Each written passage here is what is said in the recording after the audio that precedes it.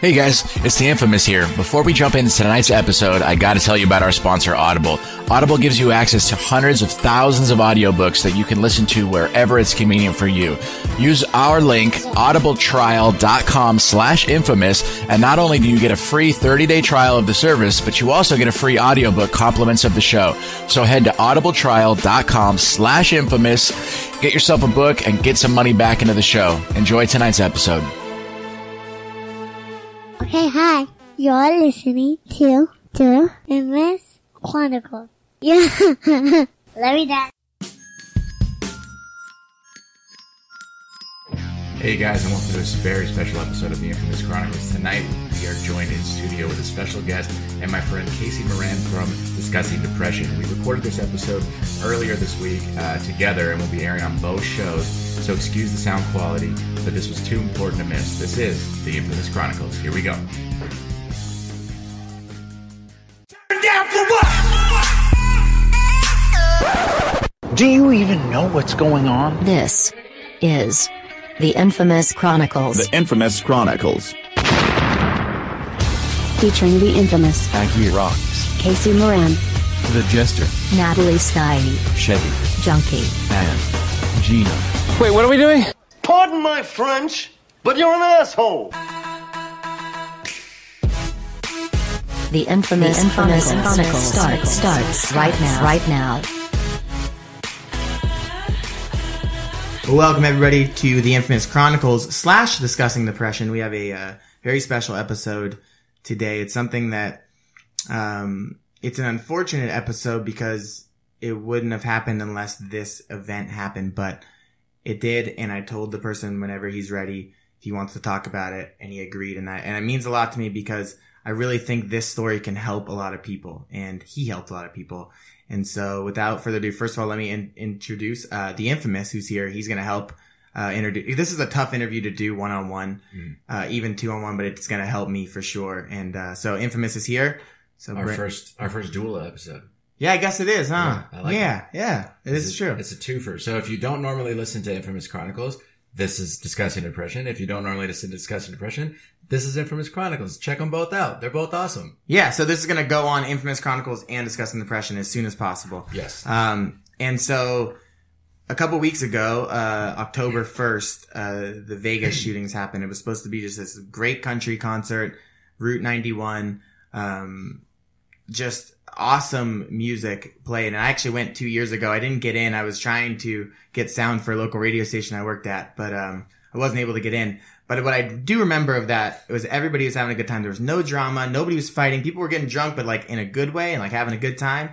And so when this happened, I woke up, and just to pray for Vegas. And sometimes I think that when you wake up and you see something, you dream that it happened and it didn't really happen. So then when I Googled Vegas, when I actually woke up, I was like, oh shit. And so the person that I have here, somebody I've known since junior high, always been a good friend, somebody I don't see enough, but when I do see, I feel like we didn't miss a beat. And his name is Rob Santiago, and he happened to be there. I'm going to let him tell you his story because to me, let's just say this. He's a fucking hero. And whatever he wants to say about the story is up to him. We're just so happy to have him. And thank you so much. So Rob, first of all, good to see you, man. Good to see you too, Casey.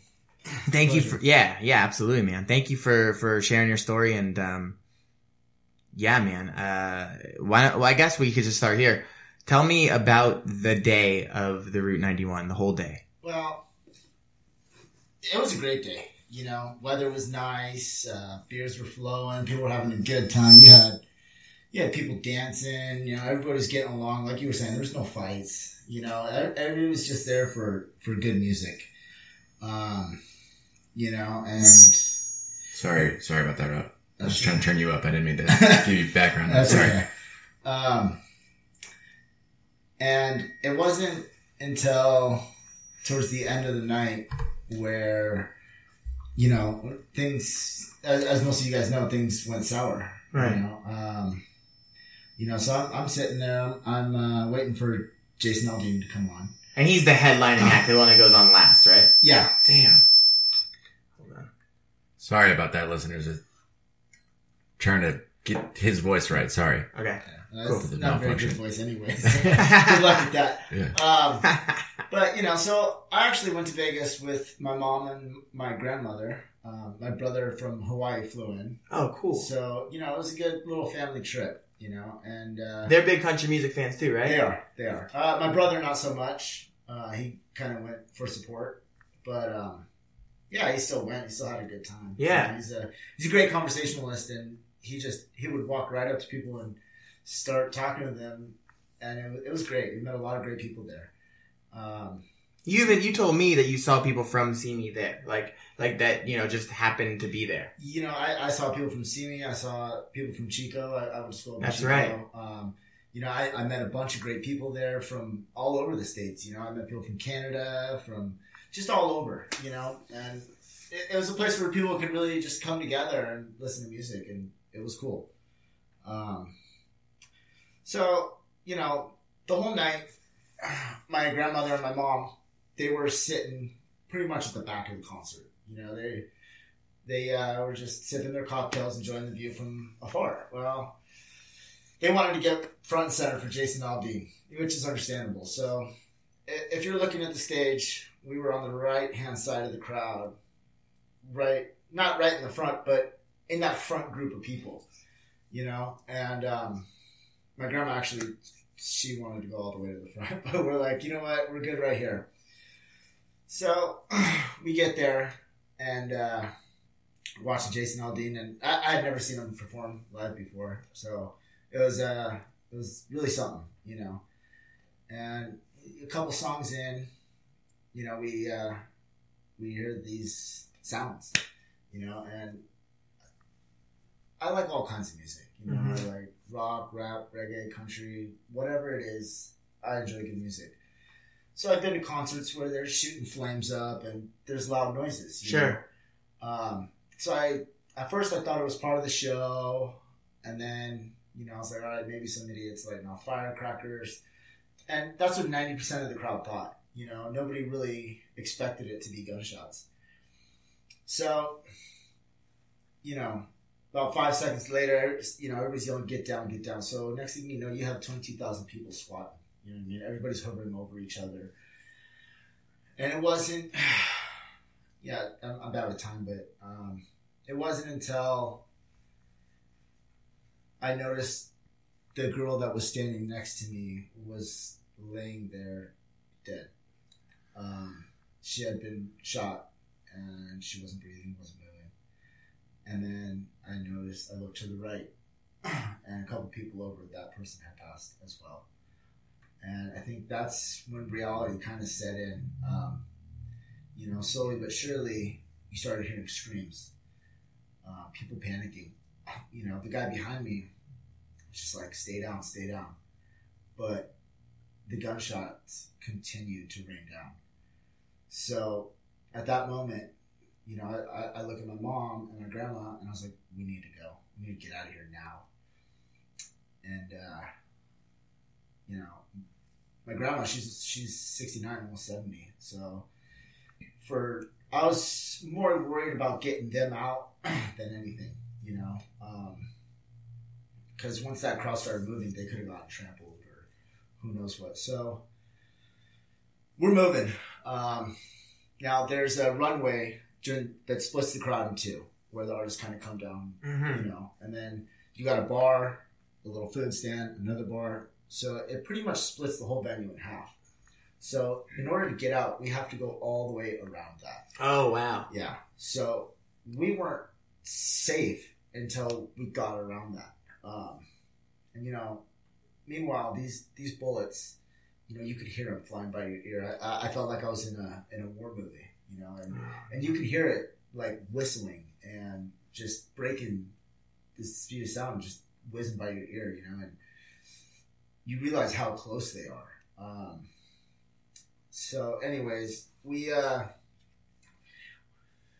our way towards safety, we make a couple stops, duck for cover, stuff like that while he's reloading. And,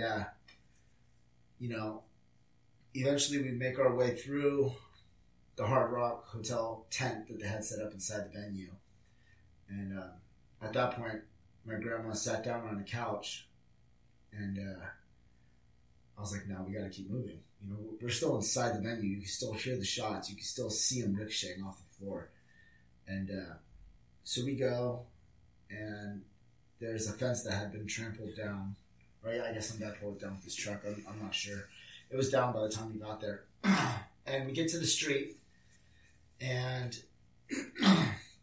we there's this wrought iron fence with some cement pillars, and all I could think about was those cement pillars are what's going to save us, you know. So we hopped the fence. There was 2 other guys on the other side that helped my grandmother and my mom down on the other side. That's awesome. Yeah, it was really cool. And then once they were over, I hopped over. I kissed them. I said, you need to go. You need to get as far away as you can. And I was like, where are you going? I said, I have to go back in. You know, I didn't even think about it. I wasn't worried about, you know, being shot, or I didn't even think of the consequences. You know, I just, on my way out, you know, you're seeing people, they're lying on the floor, you know, a lot of them still alive. And I was like, I have to go back in. I mean, I'm not a EMT or a policeman, or I don't have any kind of medical training, and I didn't know what I was going to be doing, but I just knew that I had to go back in. So I get to the street right before the exit where everybody came in. And at this point, he's still firing. You know, this is all within a matter of, I don't even know the time frame, like 5-6 minutes. And so at that spot, there was 1 squad car, I think maybe 2 cops, and there was about 7 or 8 people that had gunshot wounds. And when I first walked up, one of the guys working on this person laying there who had been shot in the foot or lower leg, it's like, I need a tourniquet. So I immediately took off my belt and handed it to him, you know, not even thinking. And there's people coming down the street, and I look at him, I was like, what can I do? And he's like, honestly, we need to get these people out of here. We need to get them to the hospital. So I start stopping cars. And we're loading people in cars. These are cars that didn't know what happened. Yeah, they don't know. I mean, maybe some of them did. Maybe some of them didn't. I'm not quite sure. All I know is that, you know, there's people bleeding out. So, you know, a couple cars, fill up maybe, you know, 3 or 4 people. And then I get this next car coming. And, you know, I'm standing in front of the car. And, you know, it's kind of just like a conveyor belt. So this guy is carrying this woman who had been shot in the shoulder, and I stand in front of the car, stop it. He goes to open the passenger door, and the driver leans over and closes it. Oh my God. That infuriated me. And looking back now, I kind of feel bad because I had taken my fist and I had slammed on his hood. You know what I mean? I said, open that door now. You know, and I'm just yelling at him. He's like, all right. So we get her in there, and I don't even let him drive off. I kind of just point my finger and I say, follow me. And he approaches towards the squad car, which is maybe 20, 30 feet away. And we load another victim in the back.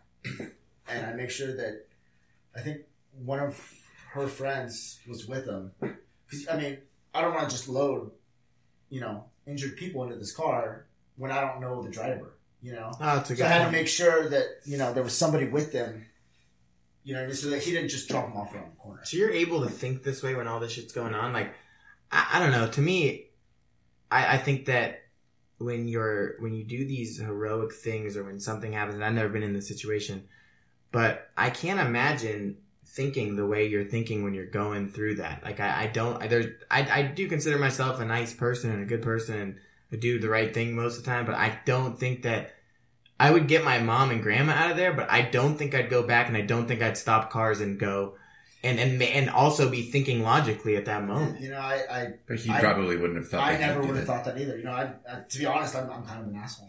I don't think so. that. No, you can say whatever. Yeah, it's podcast. Yeah. But you know, I am. You know, and I don't know. It kind of protects myself. You know, I am kind of an asshole.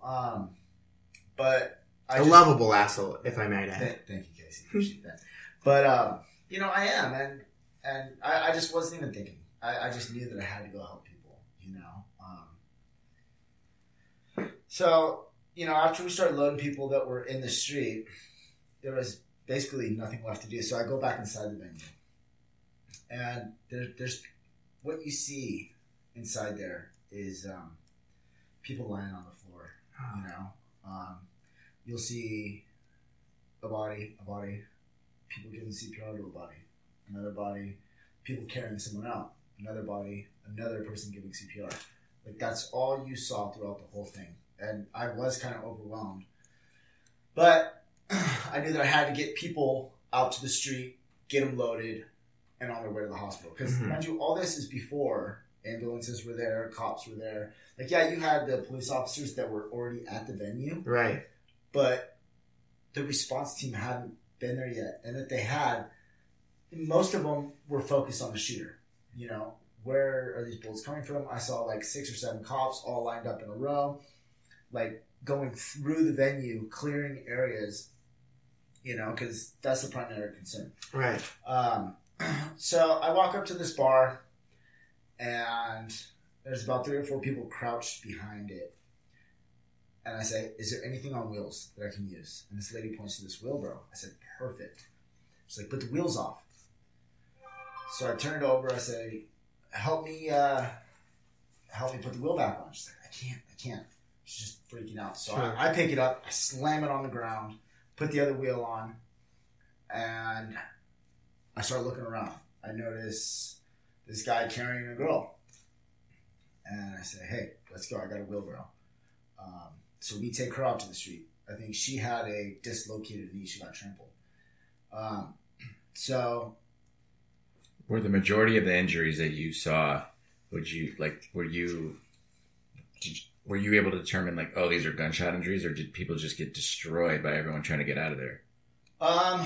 Most of them were gunshot wounds. But like I said, there was the occasional trample. The first one I came across was a trample. Her knee was just all contorted and twisted, and she couldn't walk. So I get her out to the street. Actually, I don't even get her to the street. I get her to the gate, and I say, honey, you gotta walk from here. You gotta limp, you gotta hop, you gotta go. She's like, no, I can't walk. I said, listen, I have people who have been shot in there. I need to get them out here. She's like, all right. So she hops. It was like 20 feet to this yeah. Oh, okay. So I didn't just drop her off. No. It was like, it was right there. It was right, yeah. Okay. Yeah. So, I go back in, and, I come to the first bar, and I see 3 or 4 guys trying to lift this other girl up. And, here I am. Here's a wheelbarrow. Let's get her in. And they're like, whoa, don't lift her up. She had been shot in the arm, but her arm was barely hanging on. Oh, my gosh. A good 70% of it was gone. So a couple guys grabbed her legs. One guy grabbed her right arm, and I kind of grabbed her shoulder blades, and we lifted her up. And then another guy took the wheelbarrow out onto the street. And as he's going, there's another guy coming back with the wheelbarrow. Now, mind you, there was a good, I don't want to give numbers, but there was a lot of guys like me who were just people attending the concert, helping out, doing whatever they could, getting people to the street, closing wounds. I'm sure there was some off-duty officers or off-duty nurses, stuff like that. But everybody was just kind of helping on. And that, to me, is what I remember. I just remember everybody coming together to help those who couldn't help themselves. And I thought that was really cool, So that went on for another maybe 20, 30 minutes of just, conveyor belt of people running back and forth, everybody switching off with wheelbarrows. Mm-hmm. And after a while, the injured became less and less, and there was more and more of deceased. You'd walk up and somebody would be like, oh, they're DOA. You know what I mean? Like, they're done. No pulse. And so we started to cover them, put their cowboy hats over their faces, or I was ripping banners off the wall to cover them, to help kind of distinguish those who needed help and those who couldn't be helped. Right. And, after that, I got maybe one or two more people out of there, but I felt that, I did all that I could. Right. Is that when the amputees and that started arriving more? A little bit, yeah. But, as soon as those ambulances came, they were loading the people from the street. Oh, okay. Like, you can only hold one person in an ambulance, maybe two, I don't know. You know what I mean? I would say two tops. I don't even think I've ever been in an ambulance, and especially with a gunshot wound, you know what I mean? They're not going to put, two people in there, and they don't have enough equipment. That's not what they're made for. It's not a carpool thing. So that's where the squad cars come into handy, because they can drive. They can drive. Yeah, they can, right away. Turn the sirens on. So you just see multiple ambulances flying down the street. What about like Uber and taxi cabs? Are you seeing those just come grab people or anything like that? Yeah. Oh, that's a good question. There was a couple of those guys. Yeah. Like I said, I didn't really have time to look at the windows to see if they had an Uber sticker. So some of those people, they could have been Uber drivers. Yes, and in Vegas, actually, because that's a horrible Uber intersection. and Lyft too. is kind of taking over. You don't see a lot of taxi cabs. Yeah. You do, but Uber and Lyft, they took over. So they could have been Uber drivers. I don't know. And I don't know. Maybe you guys know this. Is there only one hospital in Vegas? No, there's a couple. Actually, I just listened to a statement today from the sheriff of Las Vegas, and he said to gather those numbers of the total amount of people that had passed and the injured, they had 16 facilities. Oh wow! That treated people. So like whether it be like an urgent care or like whatever, depending on how severe it is. Yeah, so they had 16 places treating people. Yeah, of course, there was the hospital, I think, a mile and a half down the road. Right. I believe it might have been called like Sunrise Hospital or something like that.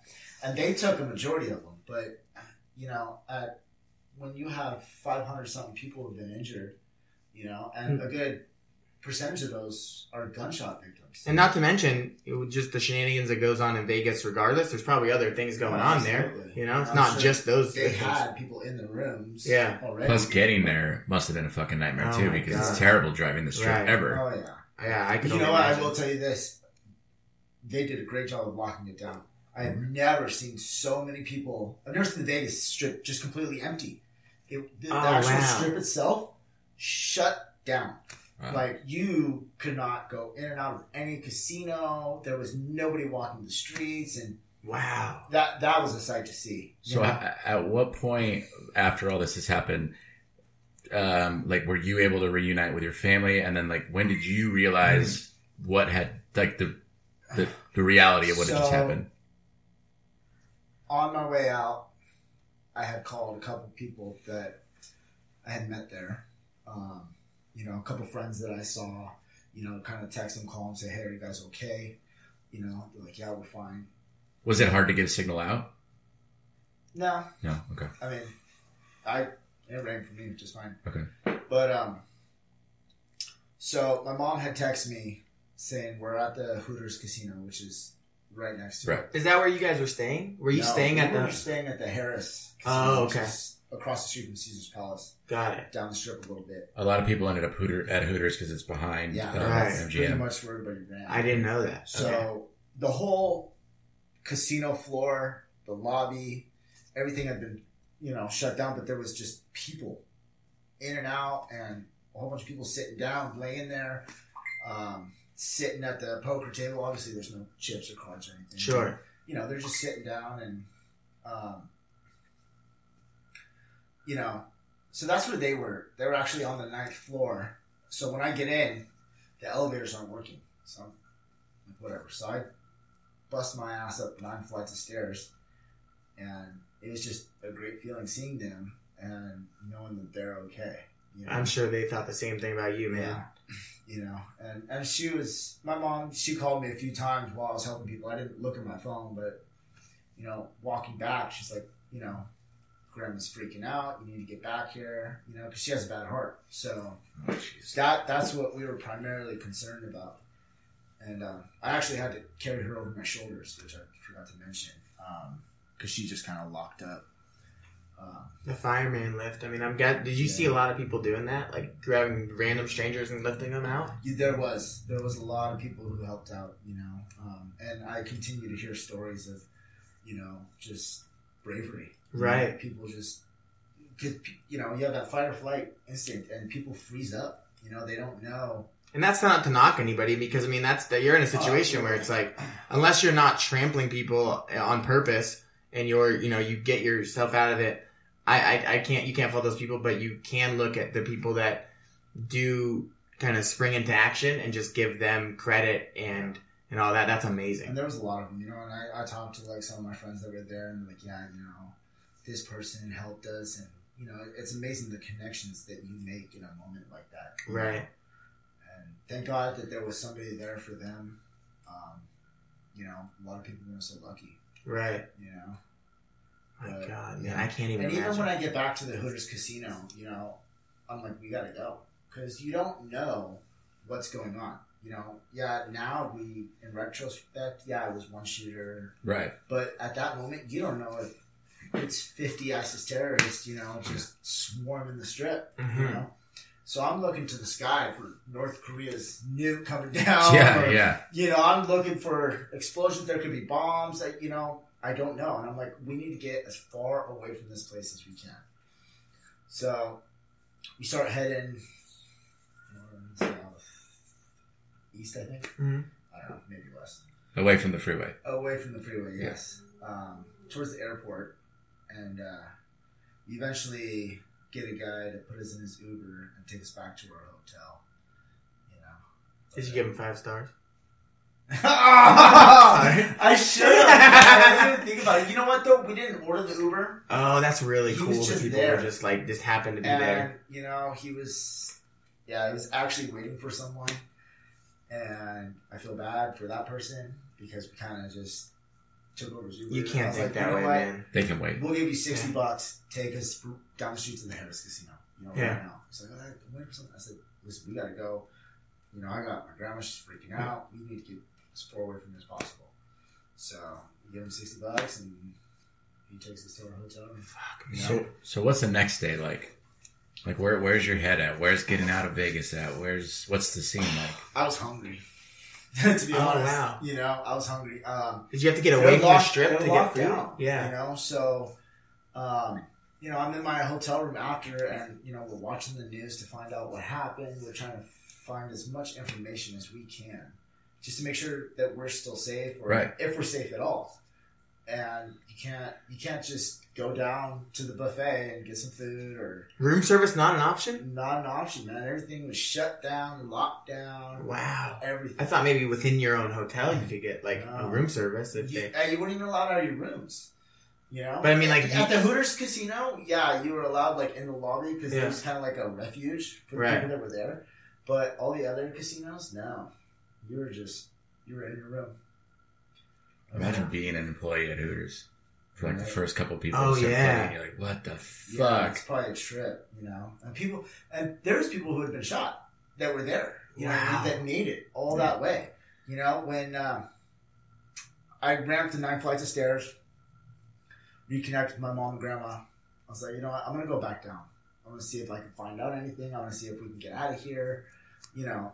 So I'm down there, and the paramedics had set up a little makeshift area, you know, and there was one lady who ran all that way. She had been shot in the ass and went in one cheek, out that same cheek, and then into the other cheek. What? Oh man! So she had like 3 bullet holes. It was a trip to see. What are that? Sucks. Yeah, right. Getting shot right in the ass. Wow. A friend of mine was shot in the shoulder. It was clean. It went through. Okay. And he was like got taken to the ER, and he's just like, these people need this more than I do, and they drove home with the bullet, and he got it taken care of here because he said the ER was just like, dude, it was insane. Yeah. You know, I saw some of the pictures from inside the hospital when it was happening, and there's just blood all over the floor. There's, the nurses are covered in blood, which I can imagine. I was covered in blood that was not my own. Yeah. And I was wearing sandals too. My feet were covered in blood. Right. It was a horrible, horrible thing to see. Let me ask you this, because if I were to do that, it's one thing, but you are a dad. Yeah. And that's where my head went too. Yeah. How quick do you make that phone call to let the mother of your child know that you're okay and everything? I think at that And what was point, her reaction? At that point, news hadn't gotten out yet. Oh, really? So it wasn't until I was looking back at some of my texts and phone calls, and between me and my mother, we decided that I was there helping people for about an hour, maybe 45 minutes to an hour, and which seemed like forever. But it wasn't until I was on my way back to Hooters to reunite with them that I called my son's mother, and I said, "Put Wyatt on the phone." And I told him I loved him, that I missed him, and can't wait to see him, And meanwhile, she's freaking out. She could tell in my voice that something was wrong. Right. And, she asked what happened, and I told her, and then she put on the news, and then she's freaking out. It's just everybody's freaking out. Of course. So, wow. So now that you survived that, does all these after conversations, does that bother you? Like watching all this and seeing all the what ifs, or It doesn't. It doesn't. I know. I've gone to a couple group therapy sessions. They have ones that are local, or do you have to go to like LA? Is there? No. I go to this one out in Westlake. It's off of Hampshire Road. It's this group called Engage. They put it on. Oh, really cool. And it's free for anybody to come and join, and basically you're just the first session, just get 20 to 30 people there. It was more like a seminar. They gave you the tools to deal with this and signs to look for and stuff like that. And then, they kind of asked us, like, what are you guys hoping to get out of this? And it's like, we just want to talk to the survivors, talk about our feelings, So now it's turned into like a group share and tell type of thing. Right.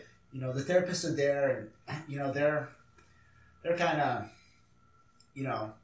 basically there to look for signs of any serious trauma, stuff like that. But it's been great, to connect with others,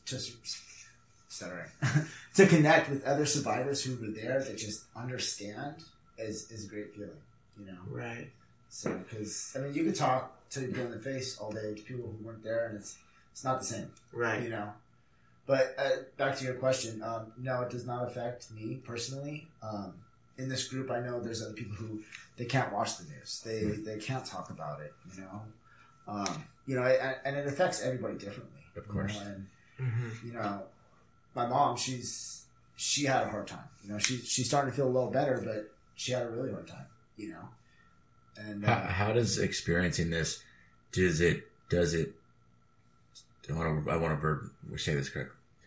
Does it change like your trust in the world that your son's going to live in, or did it take you anywhere dark like that for him? It has its moments. I will say no, but it is a thought from time to time. Yeah.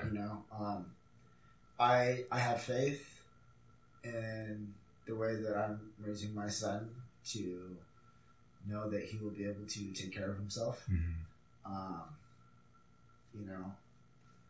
But there's things that are out of your control. Yeah. I was lucky that day. There was nothing that I did differently that saved mine or my mother's or my grandmother's life. Right. We just got lucky. Bullets were flying by our ears. Missed us by inches. Right. Oh my God. Does that change your, will you continue to go to concerts? Will you continue to go to Vegas? Or yes. Oh yeah. If they put it on next year, I want to go. And I'm part of some of these other Facebook groups, and there's a couple thousand people in there, and that question actually got brought up. It's like, would you guys go again? And 90% of people are like, fuck yeah. We owe it to these people who have passed, and oh my God, we're not going to let him win, and stuff like that. And I bet the question got brought up. It's like, security will be better, and I'm like, they better fucking do it because I'm showing up. Yeah. I'm going, whether or not they owe it to the families. Yeah. So whether they do it, at a different venue or whatever it is. Yeah. Most 90% of the survivors will be in Vegas that same weekend next year. That'll be awesome. You know? Yeah, it would be really cool. I'm an idiot because when I obviously deal with depression, but for the longest time I didn't know that PTSD was anything other than war. Like I really didn't know that. I didn't know it was true until I started going to support groups like 7 years ago. And I was like, oh, you know, thank you for. And if somebody said PTSD, I'm like, oh, thank you for serving. It means a lot. And they go, oh, well, I didn't. And then they told me it's for trauma. Right. Yeah. And you told me something the other night that you know, you work at a grocery store and you take carts out. Yeah. And you said when the cart goes over the bumps, you like in your head you hear like gunshots. So yeah, we have pavers down on part of the pathway, and when the carts went over them, it was kind of like a and which before it's no problem, but immediately in that moment, it brought me back. You know, I was at the concert. I could hear those gunshots. I could smell. Oh my god, the gun. Wow. You know what I mean? And which I don't know how, because he was at Mandalay Bay, but you could smell it. Wow. For sure. I don't know what I smelled, but it was the guns. You know, and then I also bartend. And in between the bar I work at and the restaurant next to me, there's this little grass field, you know, and there was this girl, maybe 17, 18, just laying there, you know. I don't know if she was taking a nap or I don't know what the fuck she was doing, but immediately, like, my heart dropped, and once again, it brought me back. Wow. You know? For the whole first week, I couldn't stop thinking about it, you know. I bet you didn't sleep at all, just right? Played over and over and over in my head. That's all I could think about, you know.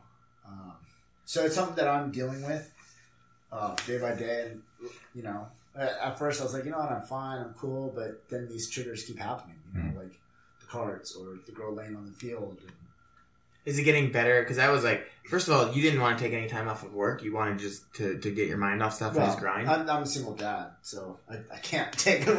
Yeah. I mean, I saw, you know, lots of posts, you know, I'm part of the survivors group that, you know, of places, you know, that you can sign up for and they'll pay for your time off. And actually, my manager actually even offered. Oh, wow. That's amazing. You know, she's like, you know, we can, I'm sure, you know, we'll figure it out. If you need time off, we'll have it paid for.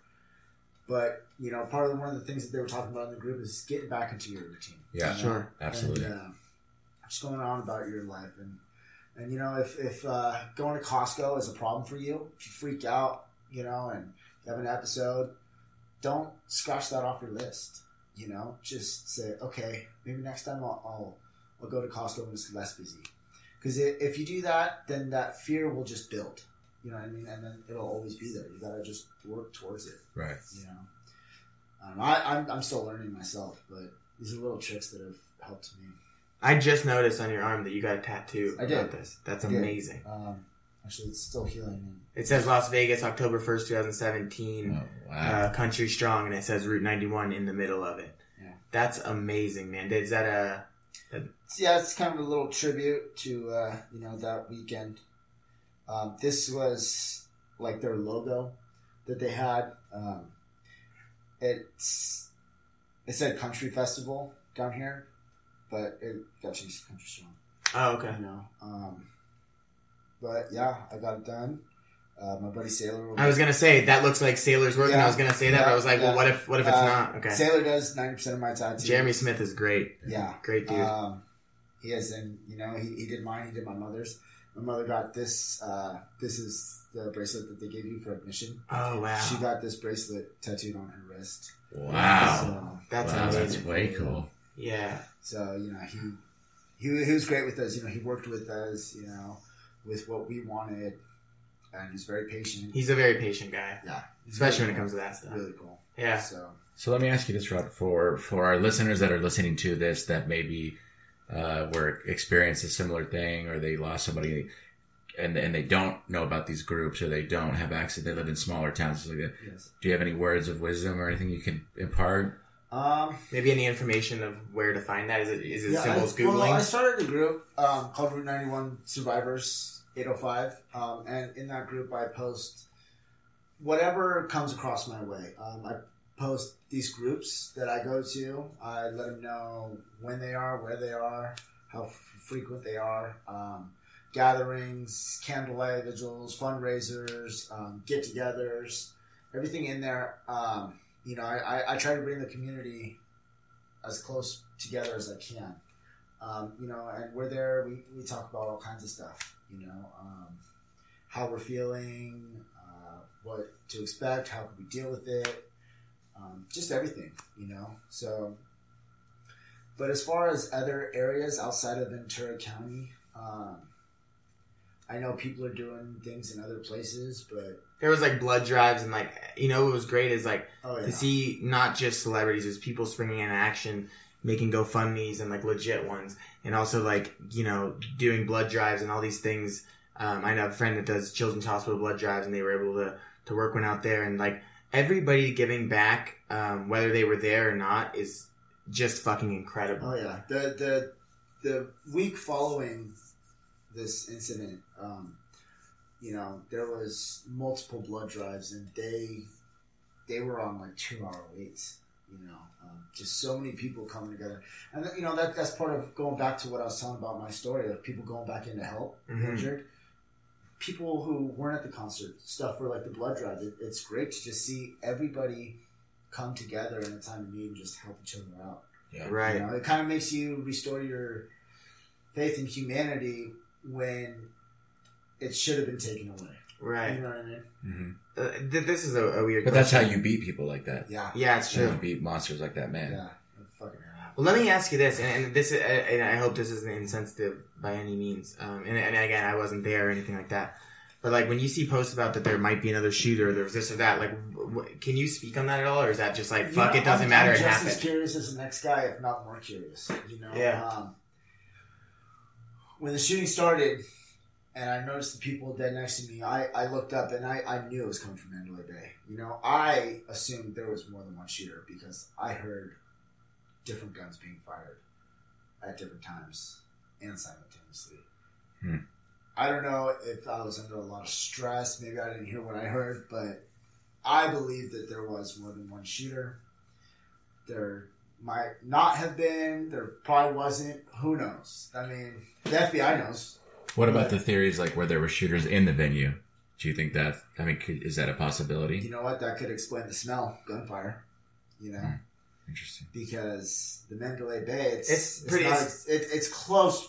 I mean, I don't know. I don't know how much that kickback from that gunfire will travel or which way the wind was blowing or any of that shit, but I know what I smelled. So, that's a good possibility that there was shooters. But then again, I went back in. Right, so that's what I was thinking too. Unless they kind of just... Did it and ran? I don't know. Wow. There's also another theory that...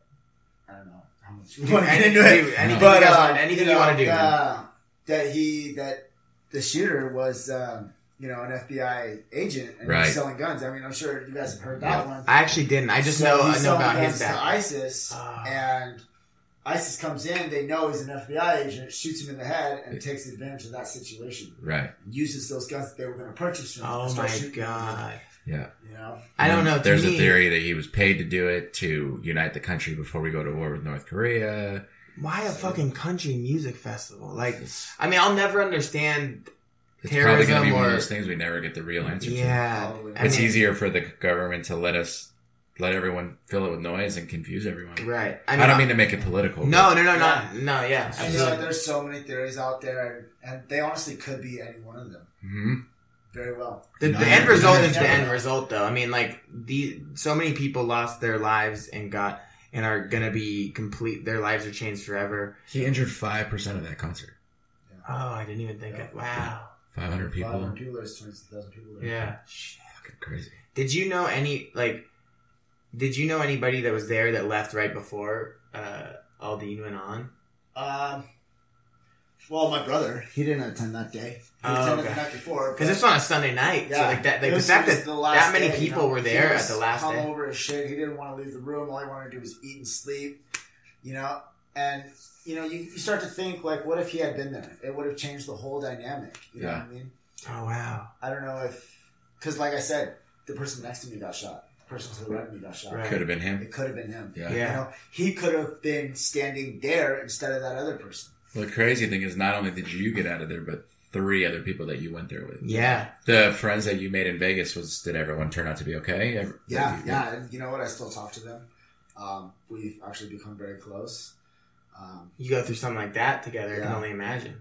Yeah, I met a couple people there, and thank God, everybody I know got out and was safe. There are 2 people from CME. We don't need to say their names there in the report, but my heart goes out to their families, among everybody, by the way, that was involved. But they lost their lives, and I had to do moment of silences because I announced football locally, and it was a hard thing because you don't obviously want to name their names, but you want to give them respect to their family and but everybody involved.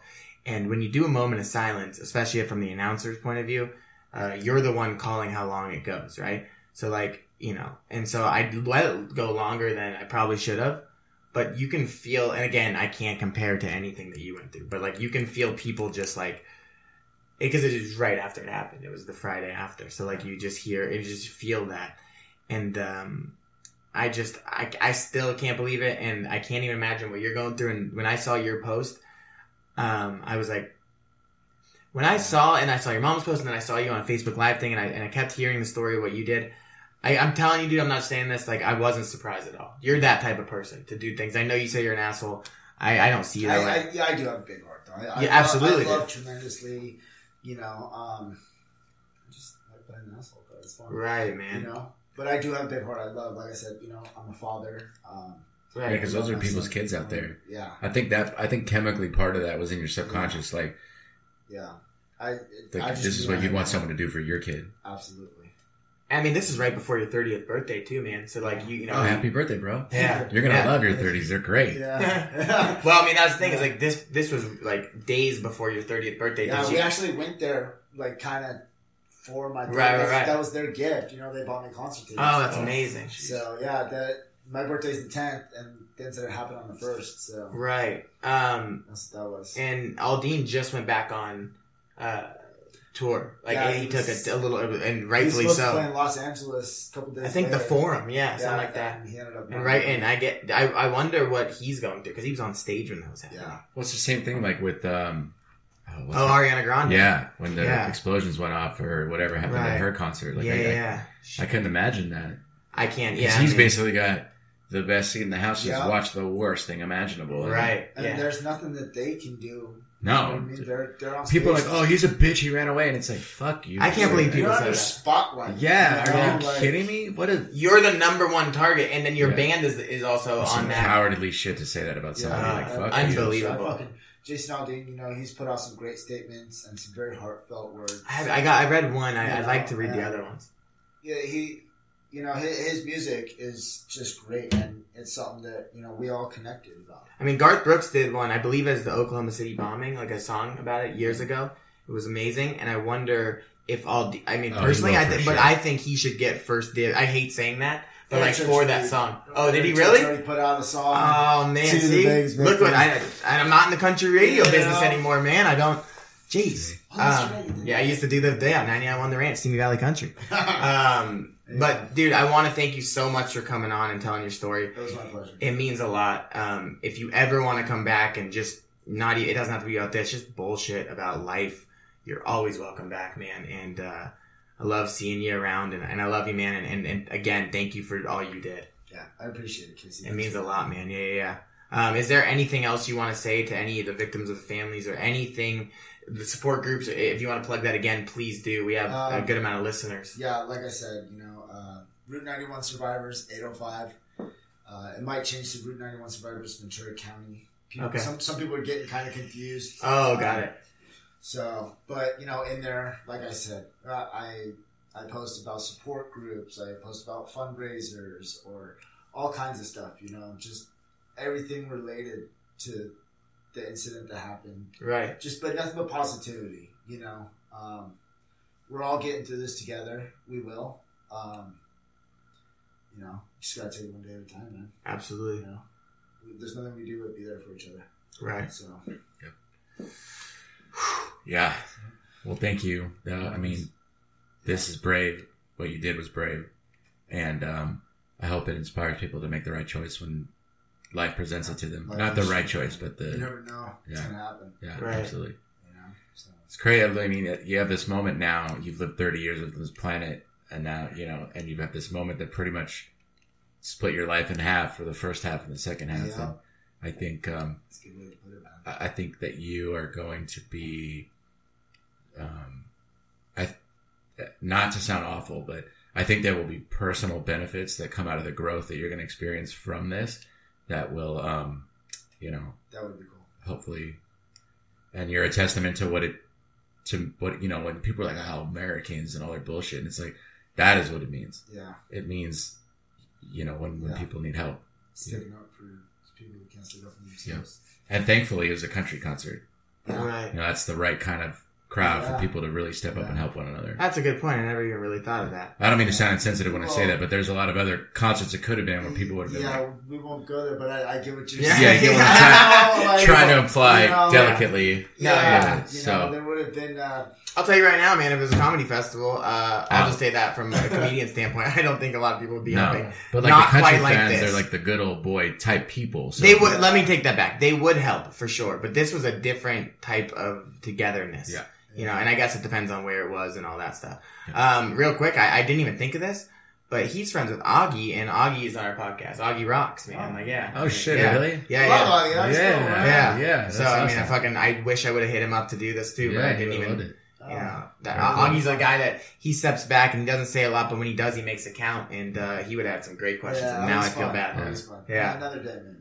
Yeah. Well, hey, man, we just appreciate you coming on this time. And thank you so much. This will be out soon. And again, man, I can't thank you enough for everything you've done. And I'm glad you're okay. Yeah, Appreciate it. absolutely. If I was you, I'd wanna be me too. I'd wanna be me too. I'd wanna be me too. If I was you, I'd wanna be me too. I'd wanna be me too. I'd wanna be me too. Thank you for listening to this week's episode of The Infamous Chronicles. Our show is produced by Jeremy Elder, talent acquisition is done by Casey Moran, and operations directed by Paul Sinacori. This show is copywritten Infamous Works, LLC, 2016. All rights are reserved. All of our guests appear signed via waivers. We don't own the rights to any of the music featured on our show. We are just fans of it. Visit us at infamousworks.com or call our offices at 844-4-INFAMOUS.